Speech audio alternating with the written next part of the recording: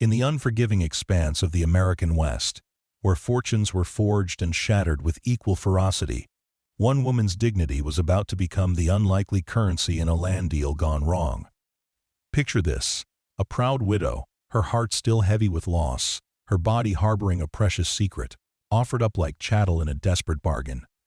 But then, a quiet cowboy, a man whose rugged exterior hid a surprising sense of honor, stepped in.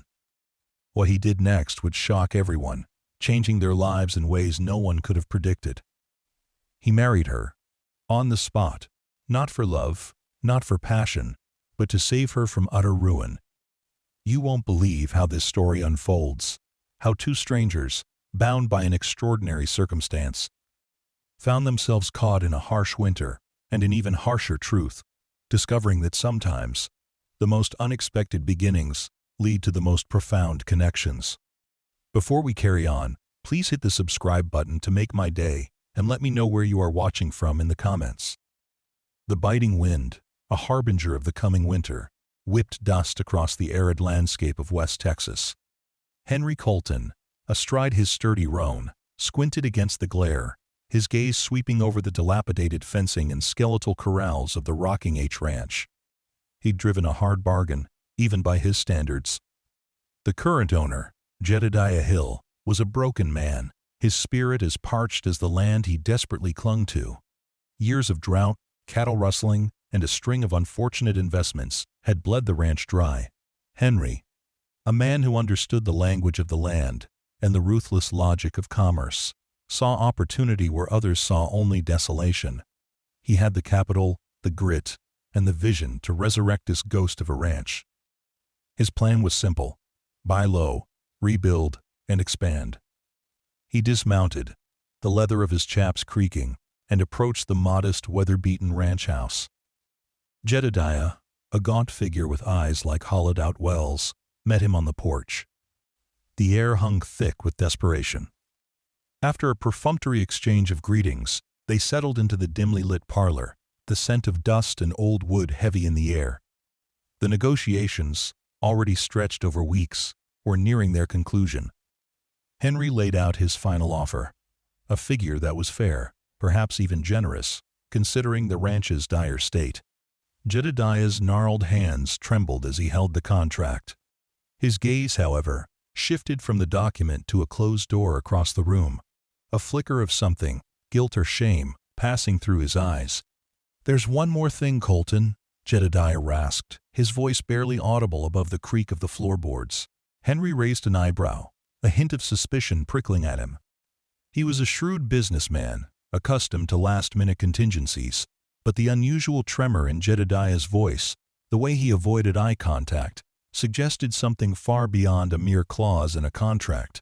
"My daughter-in-law, Margaret, Maggie." He swallowed hard, his Adam's apple bobbing. She's part of the deal." Henry's jaw tightened. He leaned forward, his voice a low, dangerous growl. "What in God's name are you talking about, Hill? I'm buying land and livestock, not people." The very notion was repugnant, a relic of a bygone era, and an affront to his deeply ingrained sense of justice. He prided himself on his integrity, on his fair dealings, and this proposition curdled his stomach. Jedediah wrung his hands. "She's a widow. Her husband, my son, passed on 6 months ago. She's carrying his child." His voice dropped to a whisper, filled with a pathetic plea. "She has nowhere to go, no family to take her in. The shame, the destitution." He looked up, his eyes pleading. "I can't just throw her out, but I can't support her either. This ranch is all we have, and now it's gone." He paused, a sheen of tears in his eyes. "I thought, with the ranch, you might, take her on, provide for her. She's a good woman, strong, capable." Before Henry could articulate his outrage, the door across the room opened, and a woman emerged. Her presence, even in the dim light, was striking. Margaret, or Maggie, as Jedediah had called her, carried herself with an undeniable grace, despite the visible swell of her belly. Her dark hair, pulled back simply, framed a face that was pale but etched with a quiet strength. Her eyes, the color of a stormy sky, met Henry's with a fierce, unwavering dignity. There was no shame in them, only defiance. He saw in her gaze a reflection of his own independent spirit, a refusal to be broken. "I am not a part of any deal," Maggie stated, her voice clear and resonant, cutting through the heavy silence. "I am not property to be bartered." She stood tall, her chin held high, a beacon of resolute pride in the face of such degradation. Her words, though directed at Jedediah, resonated with Henry, a silent acknowledgment of her unwavering spirit. Henry felt a surge of something he rarely experienced, a blend of fury and a profound sense of injustice. To stand by and allow this to happen, to watch a woman, particularly a pregnant widow, be treated with such callous disregard, was unthinkable. His upbringing, rooted in the harsh realities of the frontier but imbued with a strong moral compass, would not permit it. He looked at Maggie, truly looked at her, and saw not a commodity, but a woman facing an impossible choice, poised on the precipice of scandal and destitution. The social stigma of an unwed mother in this unforgiving era was a sentence of ruin, a fate worse than poverty for many. He recognized the desperation in her eyes, veiled though it was by her unwavering pride. A plan, audacious and impulsive, began to form in his mind. It was madness, yet it was the only way he could see to salvage her dignity and, perhaps, his own. He would not be party to such an egregious act. He would not permit such a woman to be subjected to such a fate. "Jedediah," Henry said, his voice firm, leaving no room for argument. "Get your preacher here, now." Jedediah blinked, confusion clouding his haggard features. "Preacher? For what?" Henry turned his gaze back to Maggie, his eyes meeting hers, a silent pact forming between them. "I'm not buying the ranch with her as part of the deal. I'm marrying her." The words hung in the air, a thunderclap in the quiet room. Jedediah gaped, speechless. Maggie's stormy eyes widened, a fleeting flicker of shock crossing her face before her formidable composure returned. She searched his face, her gaze piercing, as if trying to discern the true motive behind his sudden, monumental declaration. Was it pity? Arrogance?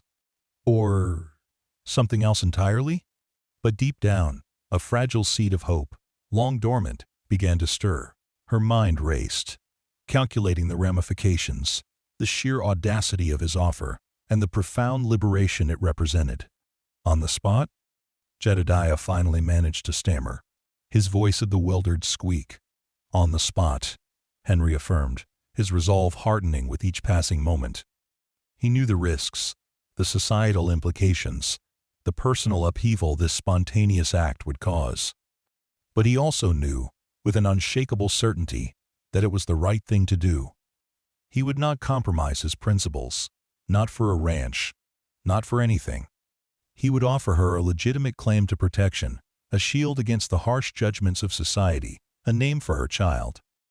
And so, within the hour, a bewildered preacher, roused from his afternoon nap, stood in the dust-filled parlor of the Rocking H. The ceremony was brief, solemn, and utterly surreal. Maggie, her heart a tumultuous mix of disbelief, gratitude, and a strange nascent curiosity, stood beside this man who had, in a single moment, become her husband. She repeated the vows, her voice steady, her gaze locked with his, a silent understanding passing between them. Henry, for his part, felt an odd sense of calm, a quiet satisfaction in having done what he believed was right. He had rescued her, not just from Jedediah's ignoble bargain, but from the looming shadow of societal judgment. After the hurried ceremony, with Jedediah still reeling from the unexpected turn of events, Henry dismissed the preacher and turned to Maggie. The weight of their new reality settled upon them. They were married, two strangers bound by an extraordinary act of desperation and defiance. "This is not a marriage of convenience," Henry stated, his voice low but firm, breaking the silence. "This is a real marriage, in the eyes of God and man. I will provide for you and your child. But understand, I expect you to be my wife in all respects, in name and responsibility, though I make no other demands." He wanted to be clear, to establish the boundaries of their unusual arrangement, and to convey the seriousness with which he approached this unexpected union. Maggie met his gaze, her expression unreadable. "And what do you expect in return, Mr. Colton?" she asked, her voice quiet but unwavering. She needed to understand the true cost of this sudden salvation. She was not naive, and she knew that such a profound act of charity rarely came without its own complex set of expectations. "Respect," Henry replied, his gaze unwavering. "And for you to uphold your end of our agreement. This ranch will be our home. We will build it together." He paused, then added, "And a clear understanding, Maggie, that I will protect you and your child. Always." He intended to be a true husband, in every sense that mattered, a protector and a provider. He would offer her the stability and security she so desperately needed. The following weeks were a blur of activity. Henry, a man of action, immediately set about assessing the ranch's vast potential, his focus unwavering despite the unusual circumstances of his recent marriage.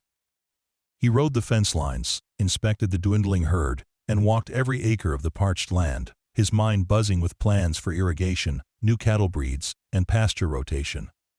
He was a rancher first and foremost, and the land spoke to him in a language he understood intimately.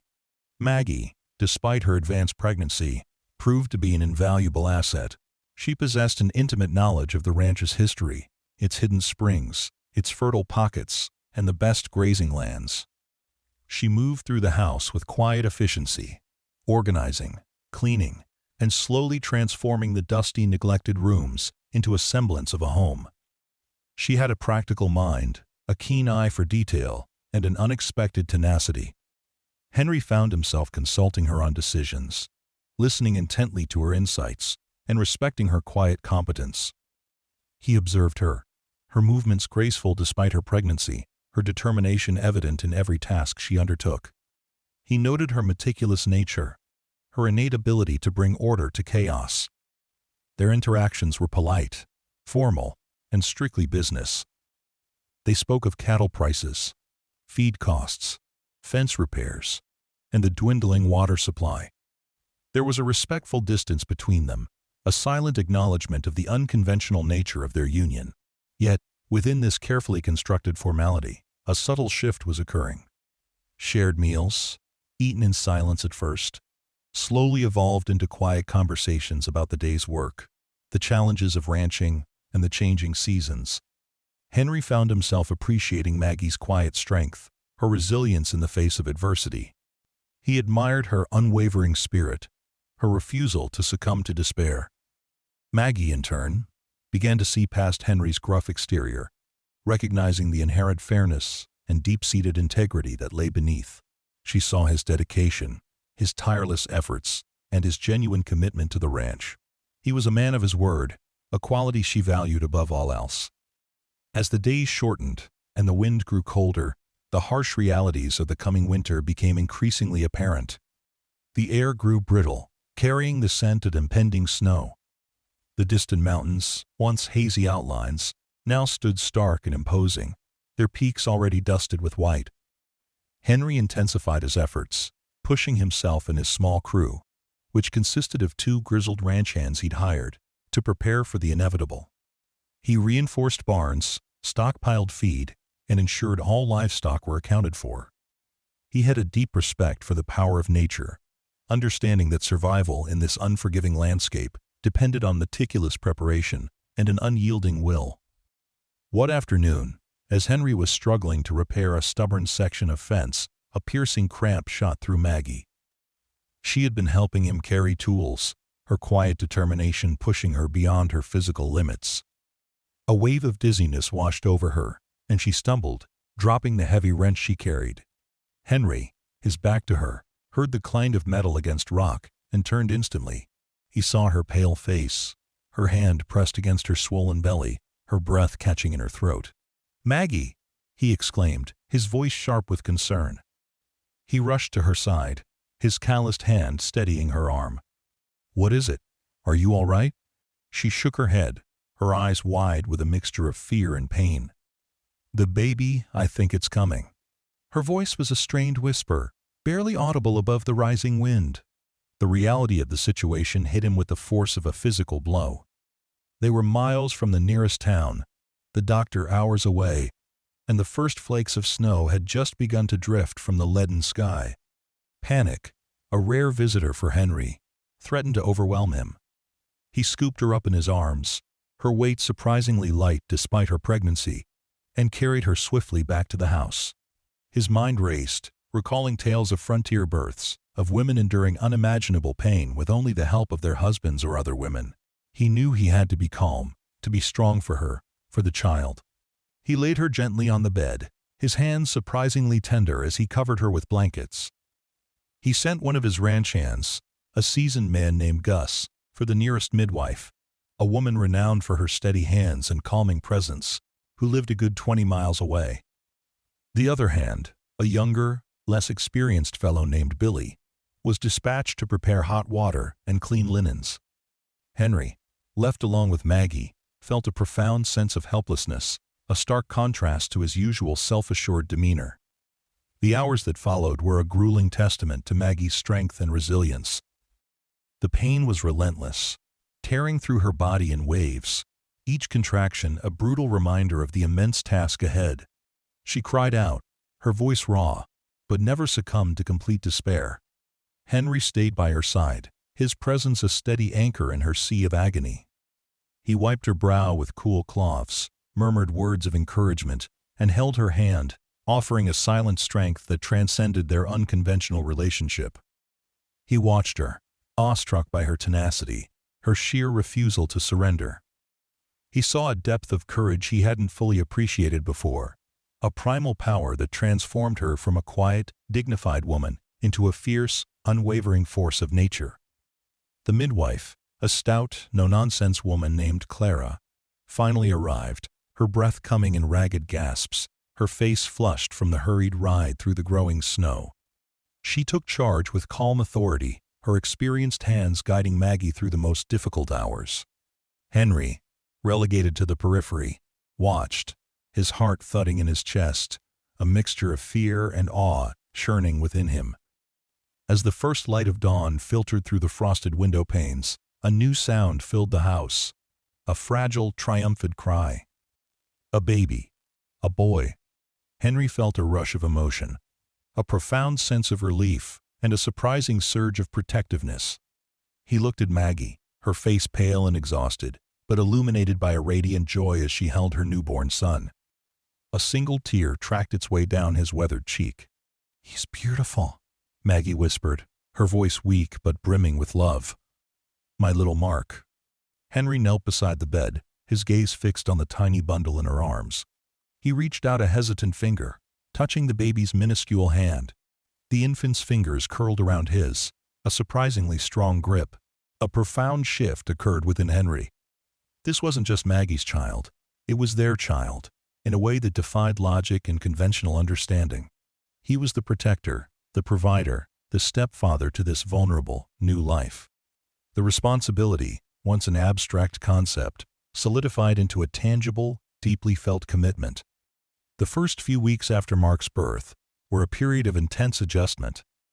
The harsh winter descended upon the ranch, trapping them in a world of snow and biting winds.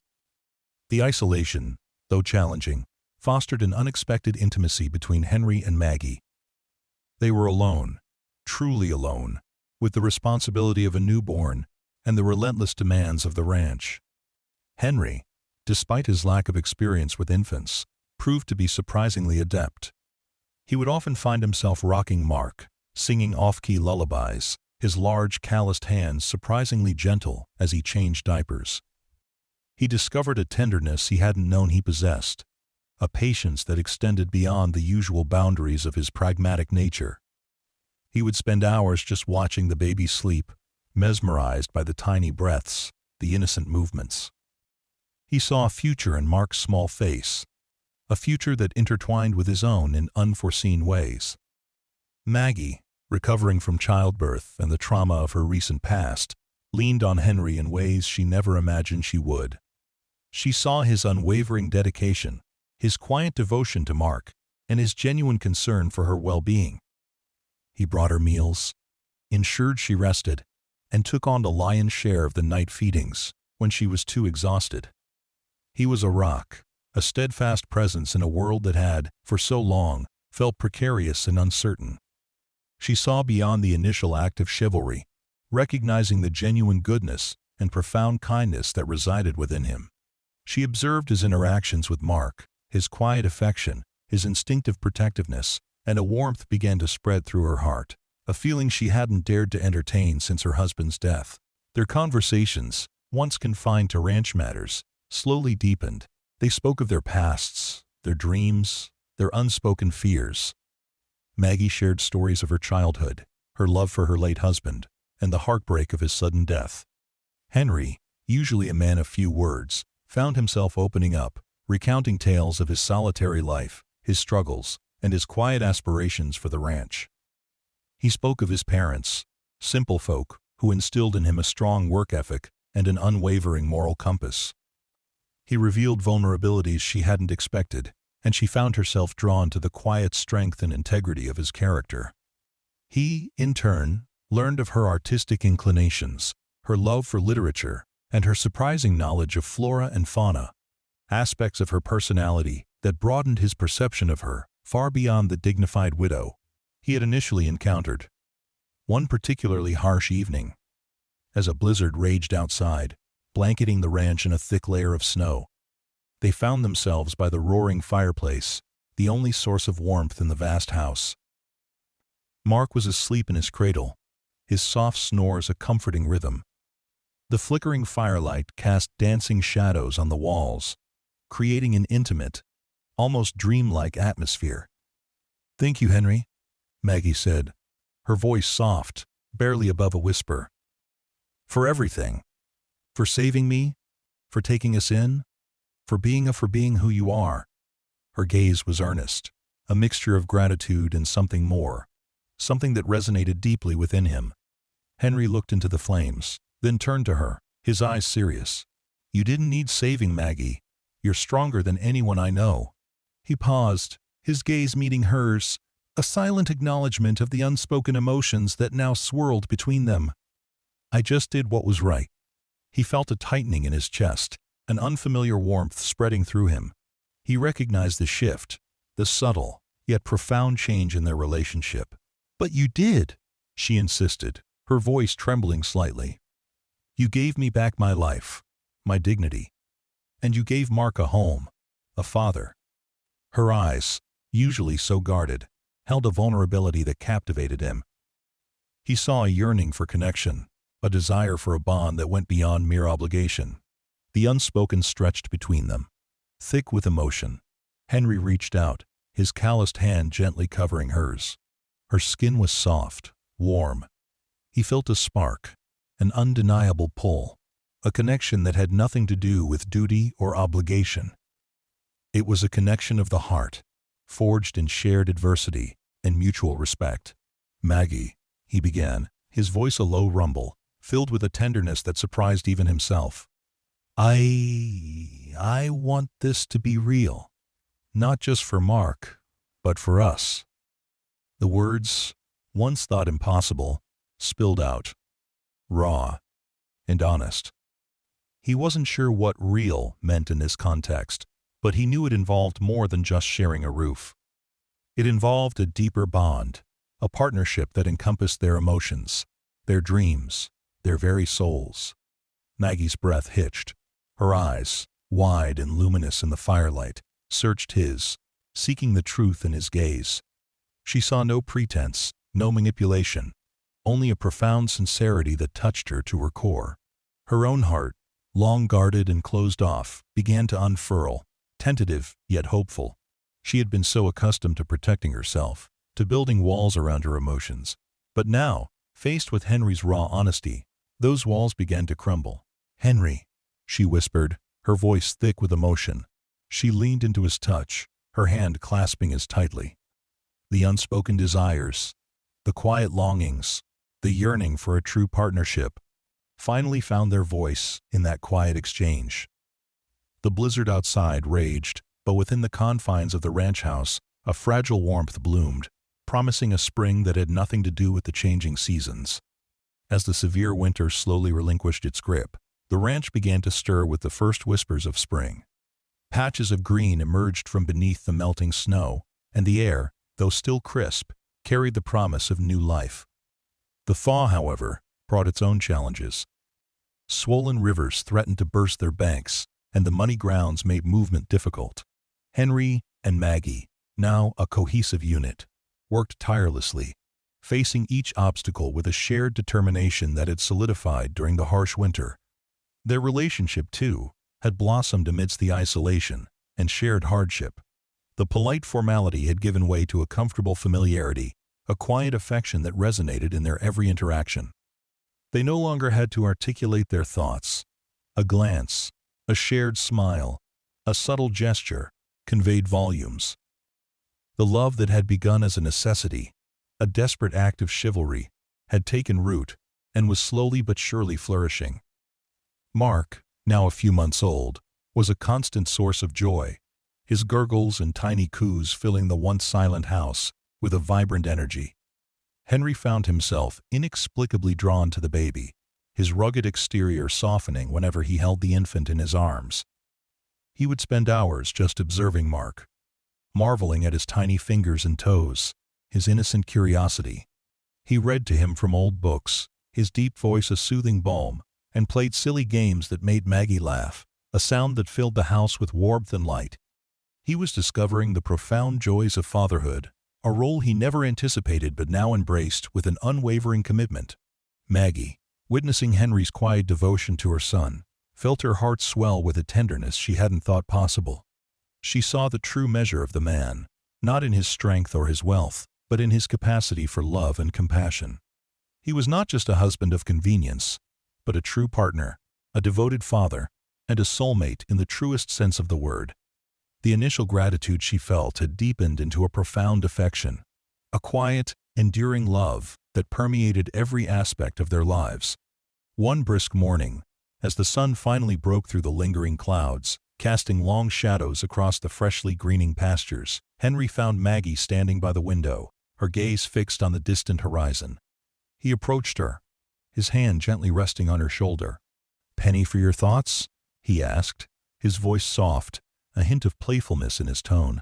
Maggie turned, a soft smile gracing her lips. "Just thinking about how much has changed, how much we have changed." She looked out at the vast expanse of the ranch, now vibrant with the promise of spring. "This place, it was a place of sorrow for me. Now, it feels like a new beginning." Henry wrapped his arms around her, pulling her close. "It is a new beginning, Maggie. For all of us." He kissed the top of her head, inhaling the subtle scent of lavender and fresh air that always clung to her. He felt a deep sense of contentment, a profound peace he had rarely known before. He had found his home, not just in the land, but in the woman he held in his arms and the child they now cherished together. Their love story, born from the unlikeliest of circumstances, was a testament to the resilience of the human spirit, the unexpected turns of fate, and the profound power of compassion. It was a love forged in the crucible of adversity, strengthened by shared burdens, and nurtured by quiet understanding. They had defied societal expectations, carved their own path, and in doing so, discovered a love that was deeper, richer, and more enduring than any they could have ever imagined. The rocking H, once a symbol of ruin, now stood as a beacon of hope, a testament to the enduring power of love and the promise of a new dawn in the vast, untamed West. As the days stretched into long, warm summer, the ranch truly began to flourish under Henry's diligent care. New fences gleamed in the sun, hardy cattle grazed on verdant pastures, and a well-drilling operation promised a more reliable water source. Maggie, with her innate sense of order and surprising business acumen, took charge of the ranch's accounts, meticulously tracking expenses and revenues, her precise handwriting filling ledger after ledger. She also began to cultivate a small kitchen garden, coaxing life from the rich Texas soil, and the scent of fresh herbs and blooming flowers, now mingled with the familiar aroma of dust and leather. Their life together settled into a comfortable rhythm, a harmonious blend of work and quiet domesticity. Mornings were often spent discussing ranch business over breakfast, with Mark cooing from his high chair, his bright eyes following their every move. Afternoons saw Henry out on the range, while Maggie managed the household and continued to nurture her garden. Evenings were reserved for shared meals, often followed by long conversations on the porch as the sun dipped below the horizon, painting the sky in hues of orange and purple. They talked about everything and nothing. About the challenges of the ranch, about their hopes for Mark's future, about the subtle beauty of a Texas sunset. One sweltering afternoon, as Henry was mending a bridle in the barn, Maggie brought him a cool glass of lemonade. The air was thick and still, the kind of heat that hummed with anticipation. She watched him work, admiring the strong, capable hands that had built so much, both literally and figuratively. "You've truly brought this place back to life, Henry," she said, her voice filled with genuine admiration. "It's hard to imagine it the way it was, just a few months ago." Henry looked up, wiping a bead of sweat from his brow. "It wasn't just me, Maggie. You've made this house a home, and you've given me something I didn't know I was missing." His gaze lingered on her, a silent acknowledgement of the profound impact she had had on his solitary life. He reached out and gently brushed a stray strand of hair from her face. The casual touch sent a ripple of warmth through her. Their physical affection had grown slowly, organically, mirroring the deepening emotional bond between them. It was not a passionate whirlwind romance, but a steady, profound connection built on respect, shared purpose, and a quiet, undeniable love. They found comfort in each other's presence, a silent understanding that transcended words. One evening, after putting Mark to bed, they sat by the open window, a gentle breeze rustling the curtains. The moon hung full and luminous in the inky sky, casting a silvery glow over the sleeping ranch. Maggie leaned her head against Henry's shoulder, a sigh of contentment escaping her lips. "Do you ever wonder what would have happened if you hadn't come that day?" she mused, her voice soft. Henry tightened his arm around her. "I don't. I believe some things are meant to be, Maggie. It might not have been how we expected, but it was how it was meant to be." He kissed her hair, his heart overflowing with a quiet gratitude. He knew he had been given a gift, a second chance at a life he hadn't known he desired. Their journey was far from over. There would be more challenges, more seasons of drought and plenty, more trials to face. But they would face them together, as partners, as a family. The ranch, once a desperate bargain, had become the foundation of their unexpected happiness. And the love that had blossomed amidst the harsh winter, under the most improbable circumstances, was a testament to the enduring power of human connection, proving that sometimes the greatest blessings arrive in the most unexpected of guises. They had built not just a ranch, but a life, a future, together. Their story, whispered on the winds of West Texas, would be a quiet legend of a cowboy who saved a widow's dignity, and in doing so, found his own heart. The ranch, thriving and vibrant, became a living monument to their resilient love, a constant reminder that even in the most desolate of landscapes, hope, love, and a true family could bloom. The years that followed the transformative winter were etched into the very fabric of the rocking Henry. True to his nature, pursued his vision for the ranch with unwavering dedication. He invested in innovative dryland farming techniques, bringing in drought-resistant strains of alfalfa and native grasses that, against all odds, seemed to thrive in the often parched soil. He meticulously managed the cattle, expanding the herd with robust, carefully selected breeds, their glossy hides testament to the improved pastures. The ranch, once a patchwork of desperation, became a model of sustainable agriculture, a beacon of prosperity in the heart of West Texas. Maggie, far from being a passive rancher's wife, became an indispensable partner. Her sharp intellect and practical mind proved invaluable in the daily operations. She took to the intricate world of ranch accounting with surprising ease, her ledgers impeccably organized, a testament to her meticulous nature. She tracked every expense, every sale, every fluctuation in cattle prices, her keen eye for detail ensuring the ranch's financial stability. Beyond the numbers, she nurtured the land with an almost spiritual reverence.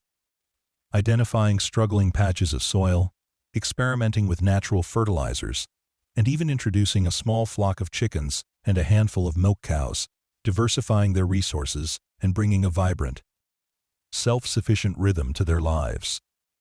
The sense of fresh milk, warm eggs, and newly turned earth now mingled with the familiar aroma of sun-baked dust and hard-working leather.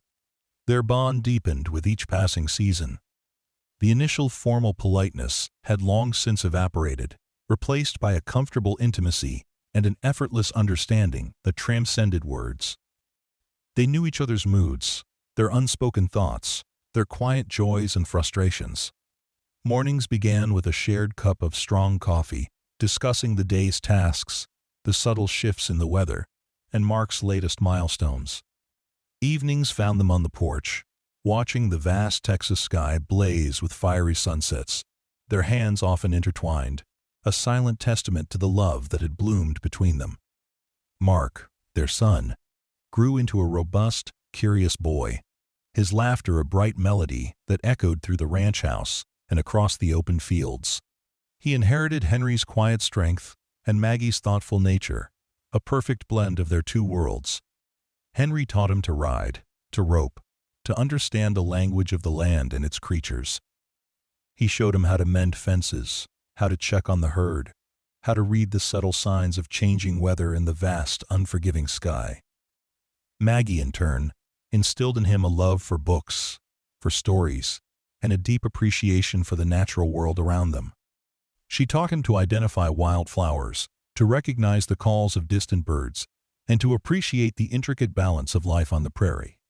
Mark's childhood was rich with purpose and love, a stark contrast to the life Maggie might have faced alone. The ranch became a hub of quiet activity, attracting a small, loyal crew of ranch hands who respected Henry's fairness and Maggie's quiet competence. Gus, the grizzled ranch hand who had ridden for the midwife, remained a steadfast presence, his loyalty unwavering. Billy, the younger hand, matured into a dependable cowboy, learning the nuances of ranch life under Henry's patient tutelage. The Rocking H was more than just a business. It was a community, a sanctuary built on hard work, mutual respect, and the enduring strength of family. However, the West, even in its most prosperous seasons, was still a land of unpredictable challenges. A particularly long and brutal drought settled over the region, the sky a relentless, cloudless expanse of blue, the earth cracking under the sun's unforgiving glare. The pastures withered, the stock tanks dwindled to muddy puddles, and the vibrant greens of spring faded into a desolate, dusty brown. Worry, a familiar companion in these lands, began to gnaw at them. Henry, ever the pragmatist, immediately initiated water conservation efforts. He dug deeper wells, hired extra hands to haul water to the farthest pastures, and began to consider selling off a portion of their herd to ease the strain on their dwindling resources. He spent long, anxious hours studying weather patterns, consulting with neighboring ranchers, and riding the parched land, his brow furrowed with concern. He carried the weight of the ranch and his family on his broad shoulders. Maggie, while sharing his anxieties, brought a different kind of strength to the crisis. She remained a steadfast source of emotional support, her quiet resilience a calming presence amidst the growing tension. She adapted their daily routines, conserving every drop of water, stretching their supplies, and finding inventive ways to feed the small flock of chickens and their beloved milk cows. She remembered the desperation of her previous life, the sheer terror of destitution, and that memory fueled her determination to weather this storm. She saw how the drought wore on Henry, the lines of worry etched deeper into his face, and she strove to lighten his burden, offering solutions and a quiet, unwavering optimism. One evening, as the dry wind rattled the windows of the ranch house, carrying the scent of dust and distant wildfires, Henry returned from a day of riding, his face grim.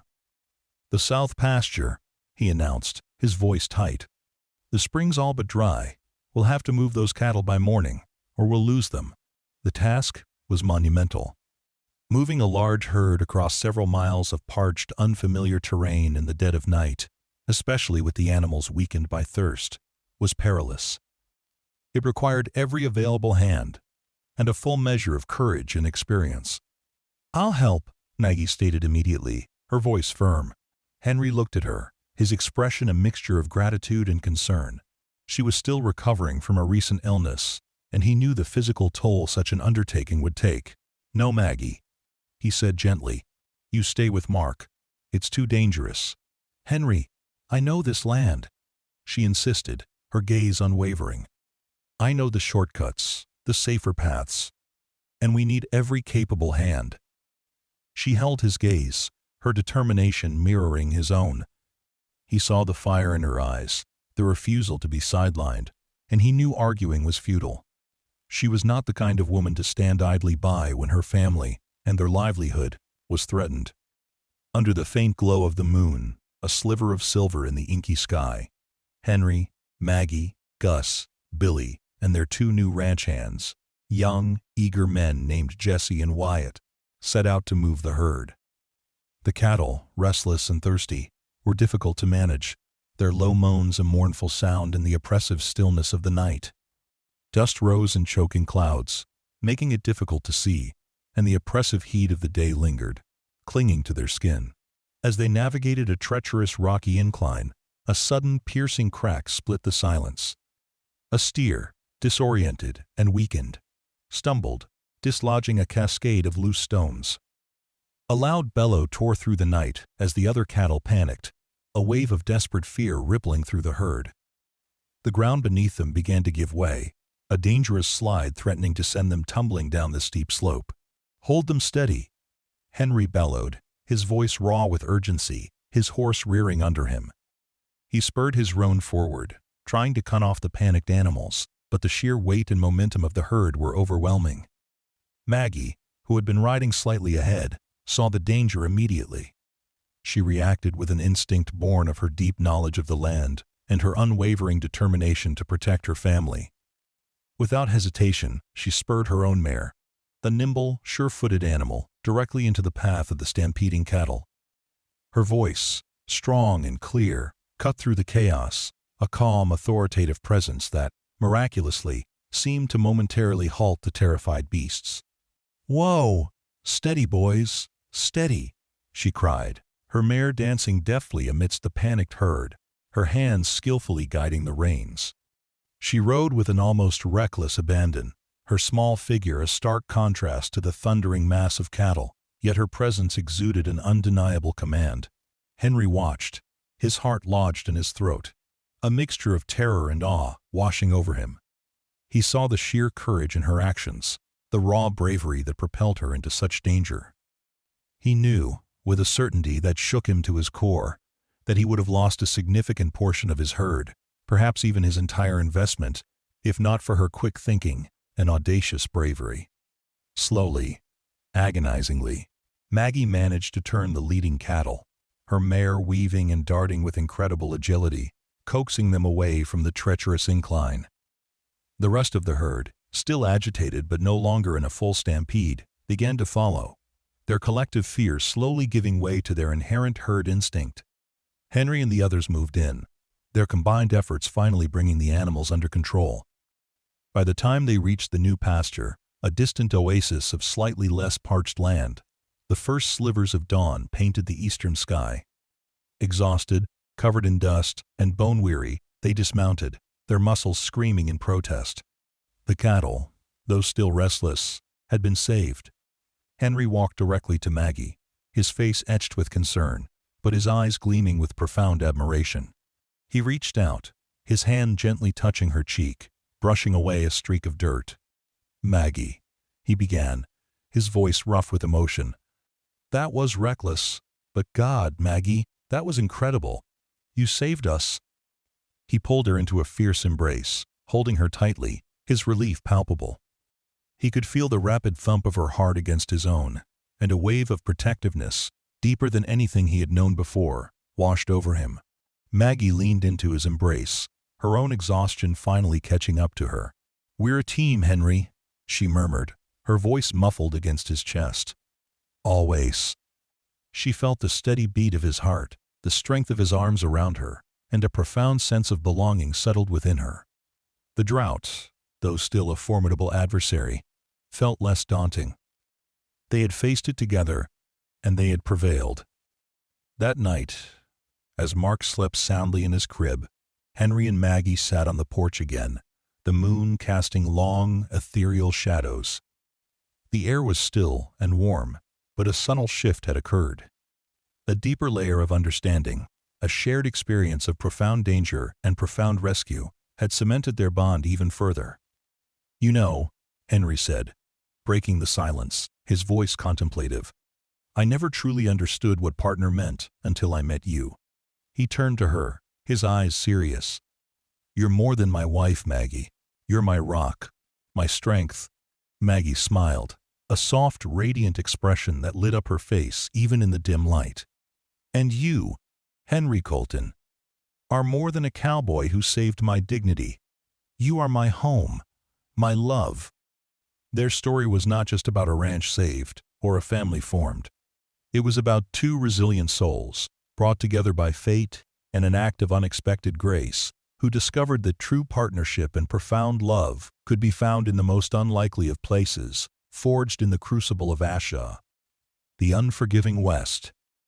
The drought would eventually break, and the land would heal, but the indelible mark of their shared journey, the unbreakable bond between them, would endure, a testament to the fact that even in the harshest of times, love could flourish and transcend all expectations.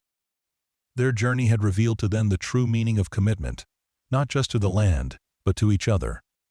As the months turned into seasons, and the drought eventually loosened its relentless grip, the Rocking H experienced a period of remarkable growth and prosperity. The resilience of the land, coupled with Henry and Maggie's unwavering dedication, bore fruit.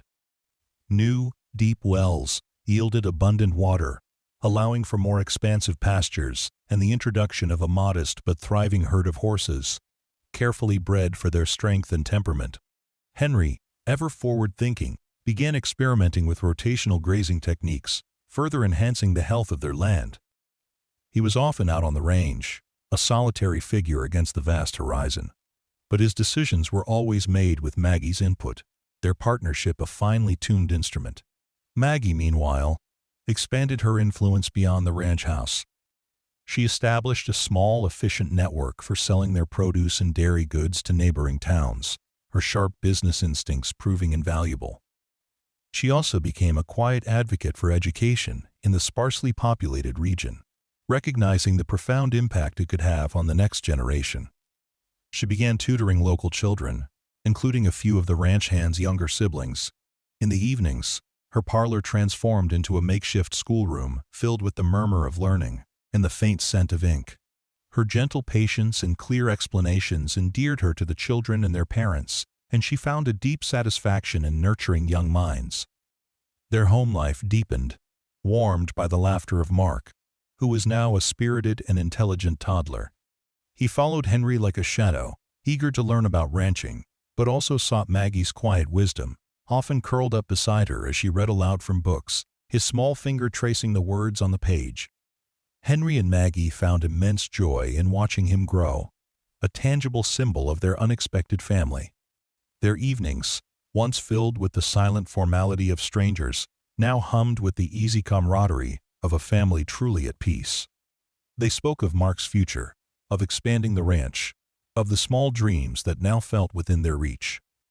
One crisp autumn afternoon, as Henry was inspecting a new section of fencing, he noticed an unfamiliar rider approaching.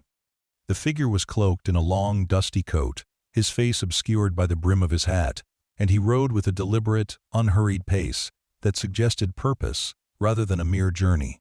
Henry, ever cautious, instinctively reached for the rifle in his saddle scabbard, his eyes narrowing. The West was a land of both opportunity and peril, and vigilance was a rancher's constant companion.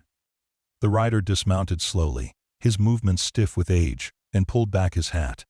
It was Jedediah Hill. He looked even more gaunt than Henry remembered, his eyes holding a haunted, distant quality. A wave of unease washed over Henry. He hadn't seen or heard from Jedediah since their wedding day, and the old man's sudden appearance, particularly after the tumultuous way they had parted, was unsettling. "Colton," Jedediah rasped, his voice dry and reedy. He didn't offer a greeting. his gaze sweeping over the thriving ranch, a mixture of bitter envy and a strange, grudging admiration in his eyes. "Heard you've done well for yourself. Brought this place back from the dead, they say."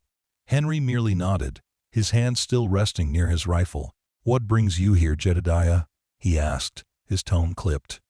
He was wary, sensing a deeper purpose behind the old man's unexpected visit. Jedediah shifted uncomfortably, his gaze falling to the ground. I came to see Maggie. And the boy." He hesitated, then looked up, a flicker of something akin to regret in his eyes. "I know I wronged her. Treated her like a possession. It's been eating at me." He took a shaky breath. "My health ain't what it used to be, and I wanted to make amends, if I could. Before I go." Henry's guard remained up, but a sliver of sympathy pricked at him. He had always believed in facing one's wrongs, and Jedediah's confession, however belated, held a fragile sincerity. "She's inside," Henry said, gesturing towards the house. "You can speak with her." Maggie was surprised, even shocked, to see her father-in-law on their porch. Her initial reaction was a cold reserve, a resurgence of the hurt and humiliation he had inflicted upon her. But as she saw the genuine weariness in his eyes, the tremble in his hands, and the palpable regret that emanated from him, her heart softened. He looked like a man adrift, a shadow of his former self. They spoke for a long time, in the quiet parlor where she had once been offered as part of a land deal. Jedediah spoke of his crushing debts, his despair after his son's death, and the desperate decisions he had made. He admitted to his profound regret, his shame at having tried to bargain away her dignity. He spoke of sleepless nights, haunted by the memory of his actions and the weight of his conscience.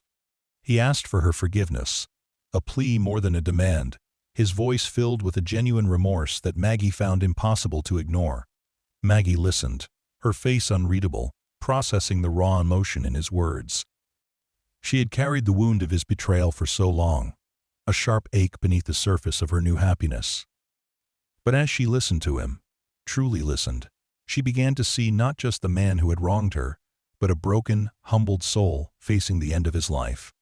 She thought of her late husband, and the respect he had always shown her, and a desire for peace, for closure, settled in her heart. "I forgive you, Jedediah," she finally said, her voice quiet but clear. "It wasn't right, what you did, but I understand desperation, and I see that you truly regret it." A weight lifted from her shoulders, a burden she hadn't realized she was still carrying. Jedediah's eyes filled with tears, a silent testament to his profound relief. He reached out, his hand trembling, and Maggie took it, a gesture of reconciliation that spanned years of unspoken pain. He asked to see Mark, and Maggie, after a moment's hesitation, agreed. Watching Jedediah, frail and apologetic, interact with his grandson, a quiet understanding passed between Henry and Maggie. The past, with its hurts and injustices, was not forgotten, but it was being laid to rest. The old man's visit, unexpected and emotionally charged, served as a poignant reminder of how far they had come, and the powerful, improbable foundation upon which their family was built. Jedediah stayed for a few days, a quiet, almost spectral presence. He watched Henry work, observing the competence and integrity with which he managed the ranch. He saw the love and respect that flowed between Henry and Maggie, the genuine warmth of their family. He saw Mark, a child born into a home of stability and affection, a stark contrast to the life he had almost condemned his daughter-in-law to. Before he left, he gifted Mark a small, exquisitely carved wooden horse, a family heirloom he had held on to despite his poverty, a final, tangible gesture of his sincere repentance. His departure was as quiet as his arrival. Henry and Maggie stood on the porch, watching his dust cloud disappear over the horizon. There was no fanfare, no grand farewell, just a quiet sense of closure. "Do you think he truly changed?" Henry asked, his arm wrapped around Maggie's waist. Maggie leaned into him, her gaze thoughtful. "I believe he faced his conscience, Henry, and that's change enough." She felt a lightness within her, a sense of healing.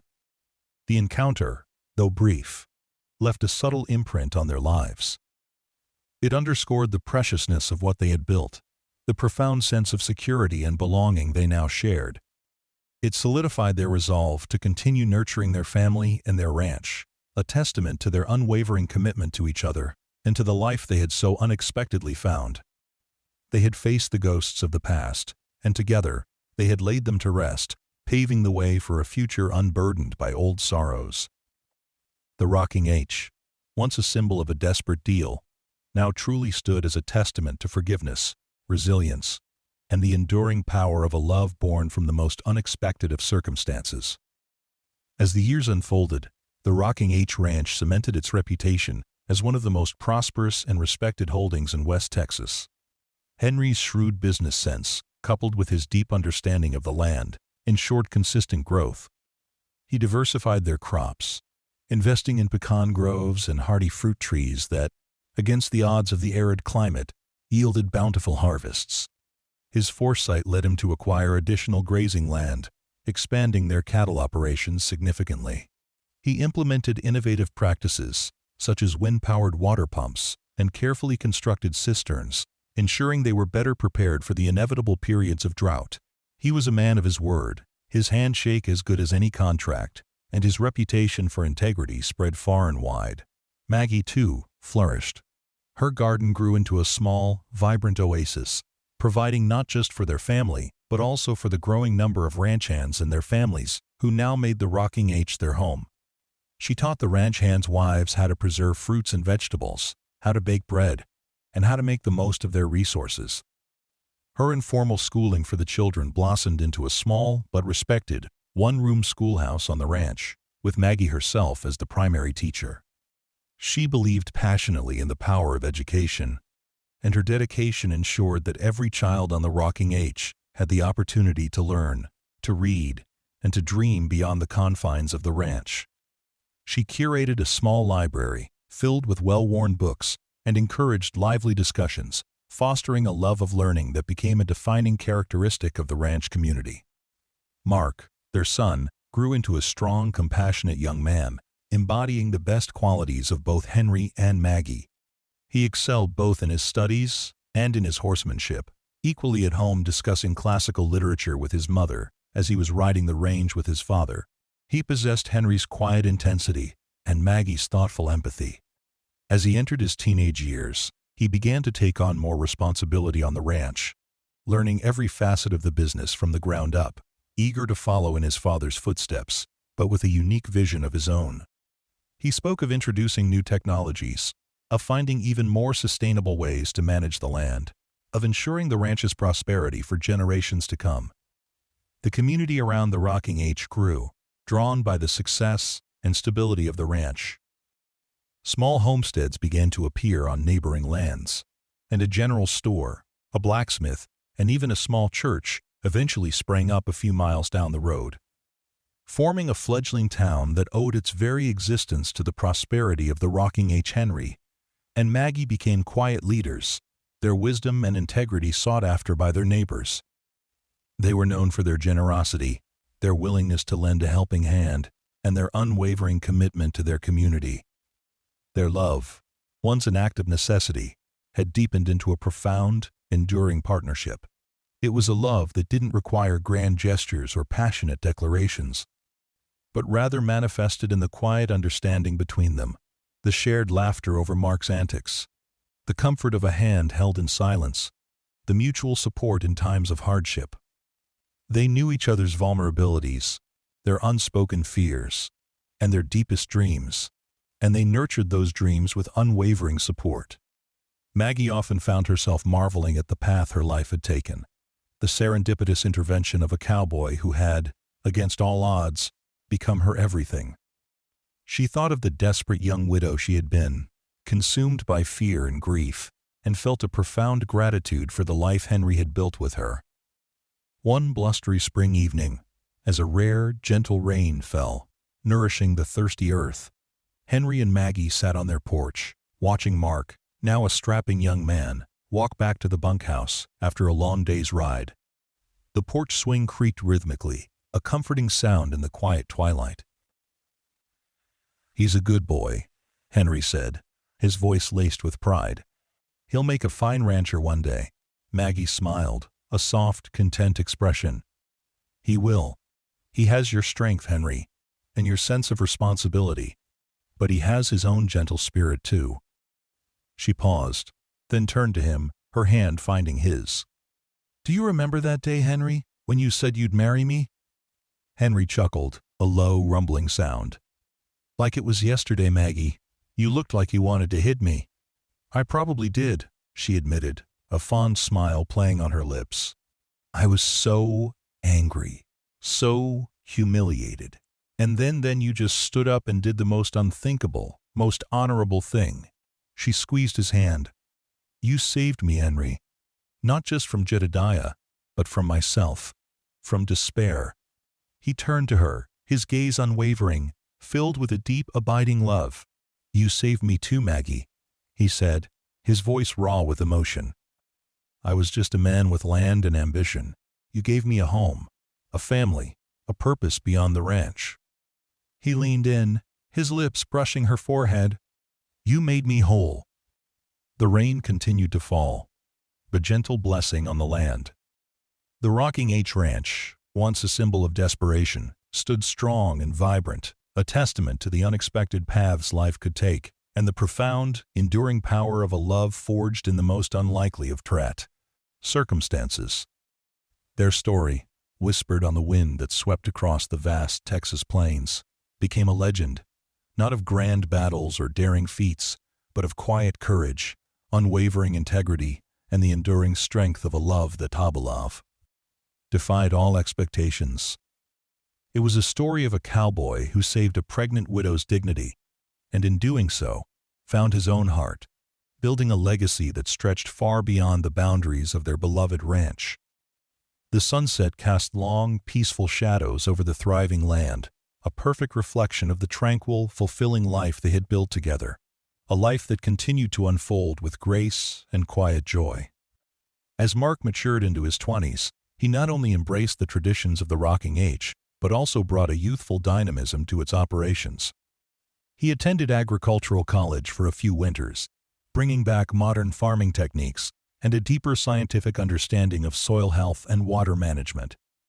He introduced new breeds of cattle known for their hardiness and efficiency, further solidifying the ranch's profitability.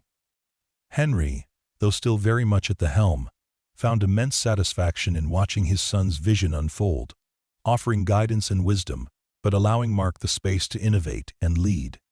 The ranch became a seamless blend of old-world wisdom and new-world progress.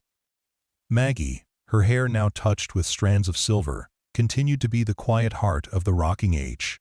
Her schoolhouse flourished, drawing children from increasingly distant homesteads, their eager faces reflecting the thirst for knowledge she so readily quenched. She expanded her gardening efforts, creating a vast array of herbs and medicinal plants, sharing her knowledge with anyone who sought it. Her reputation as a healer and a teacher spread, and people often traveled for miles to seek her gentle counsel or her remedies for common ailments. She found profound fulfillment in these connections, in knowing she was contributing to the well-being of their growing community. Her artistic inclinations, once a private solace, found expression in intricate quilts she crafted during the long evenings, each stitch a testament to the warmth and comfort she brought to their home. Their routine, though seasoned with time, remained deeply comforting. Mornings still began with coffee, now often joined by Mark, discussing the day's work and the broader concerns of the community. Evenings were spent on the porch, watching the stars blaze in the inky blackness of the Texas sky, the vastness, a familiar, humbling presence. They spoke of the changing West, of the railroads pushing further inland, of the new opportunities and challenges that lay ahead. Their conversations were rich with shared history and a quiet excitement for the future they were building, together. One summer, a particularly zealous land developer from the east, a man named Sterling Blackwell, arrived in their burgeoning town. Blackwell, with his sharp suits and even sharper tongue, spoke of progress, of dividing vast ranches into smaller tracts for new settlers, of bringing in industries that would transform the sleepy frontier into a bustling commercial hub. He began to aggressively buy up land, often using questionable tactics, and his ambitions soon set his sights on the Rocking H. Blackwell saw the Rocking H not as a home or a legacy, but as a prime piece of real estate. Its fertile pastures and abundant water, a gold mine awaiting exploitation. He approached Henry with an offer, an exorbitant sum that would have made them wealthy beyond their wildest dreams. Henry listened politely, his expression unreadable, then shook his head. "The Rocking H isn't for sale, Mr. Blackwell," he stated calmly, his voice firm. "This land is our life, our home." Blackwell, unaccustomed to refusal, bristled. "Everyone has a price, Colton," he sneered, his eyes glinting with a cold calculation. "And I'm prepared to make yours very, very high." He spoke of the inevitable changes, the march of progress, implying that those who resisted would be left behind. He alluded to legal complexities, to potential eminent domain, subtly threatening Henry with the power of his influence. Henry, however, was unswayed. He had faced down droughts, stampedes, and desperate men. He knew the value of his land, not in dollars and cents, but in the sweat of generations, in the life it sustained, in the future it promised for his family. He refused to be intimidated, his resolve as solid as the ancient rock formations that dotted their land. Blackwell, frustrated but determined, then shifted his tactics. He began to spread rumors in the town, hinting at ancient land claims, at supposed irregularities in the Rocking H's original deed. He tried to sow discord among the ranch hands, offering them tempting sums to abandon their posts.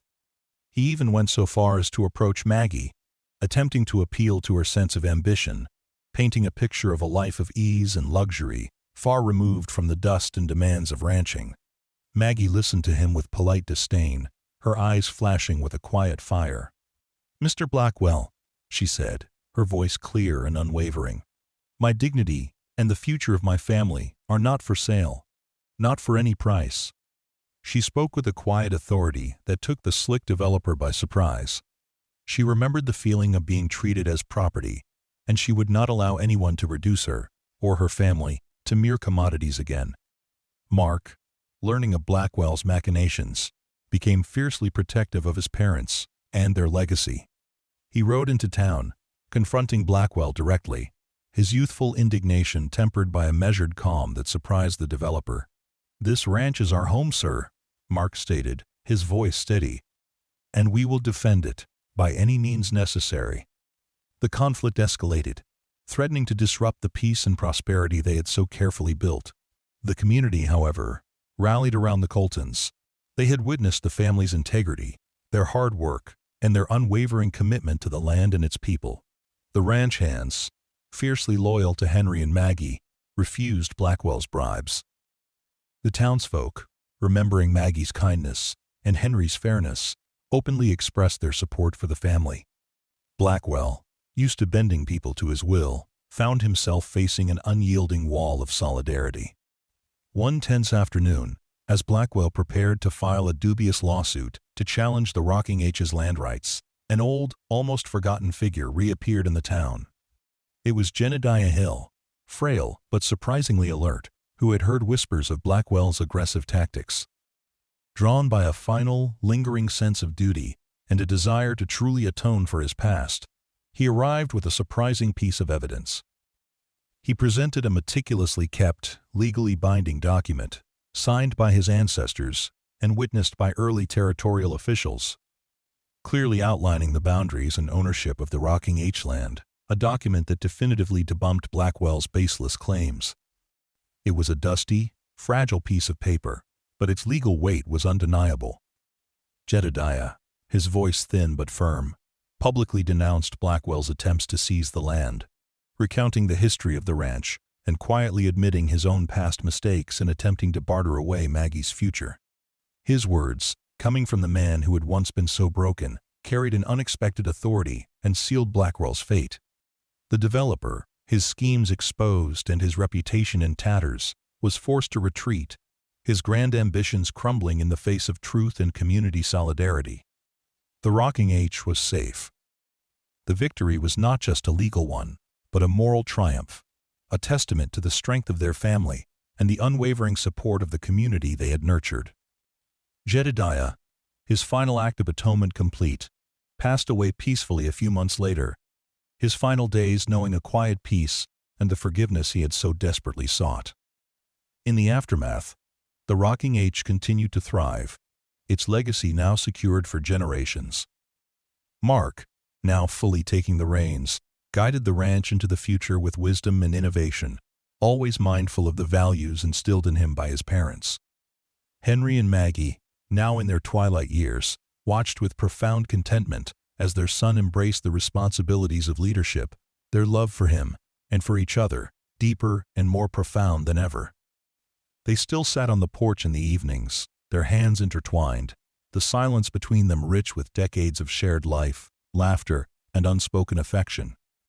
The Rocking H, once a desperate bargain, now stood as a proud testament to resilience, integrity, and the enduring power of a love born from necessity, blossoming into a vibrant, living legacy.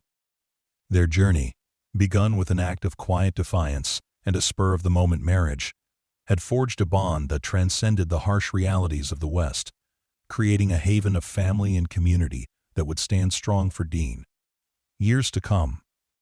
The sunset, a glorious spectacle of color, painted the vast Texas sky, casting a golden glow over the prosperous ranch, a visual echo of the profound and beautiful life that had unfolded within its boundaries.